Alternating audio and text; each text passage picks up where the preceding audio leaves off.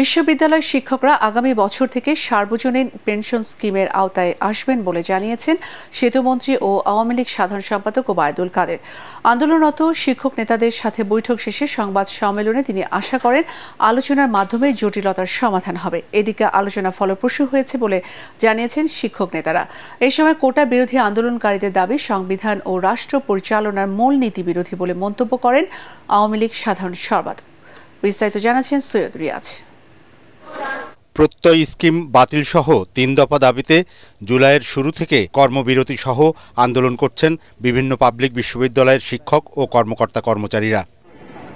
চলমান পরিস্থিতিতে ধানমন্ডির দলীয় সভাপতির রাজনৈতিক কার্যালয়ে আন্দোলনকারী শিক্ষকদের ১৩ সদস্যের একটি প্রতিনিধি দল বৈঠকে বসেন আওয়ামী লীগ সাধারণ সম্পাদক ওবায়দুল কাদেরের সাথে। এতে সরকারের পক্ষে শিক্ষা প্রতিমন্ত্রী ও শিক্ষা উপদেষ্টা উপস্থিত ছিলেন। ৩ দফা দাবি দাবি নিয়ে আলোচনা হয়েছে।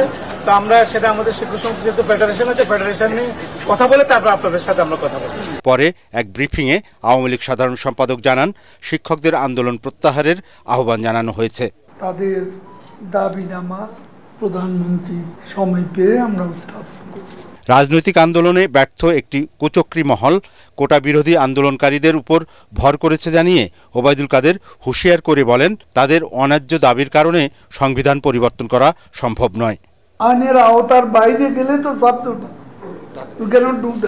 সাংবিধানিক রাষ্ট্র পরিচালনার মূলনীতির আওতায় প্রণীত কোনো সরকারি নীতি কেবল রাজনৈতিকভাবে উদ্দেশ্য প্রণীত শিক্ষার্থীদের একটি অংশের দাবির প্রেক্ষিতে পরিবর্তন হতে পারে।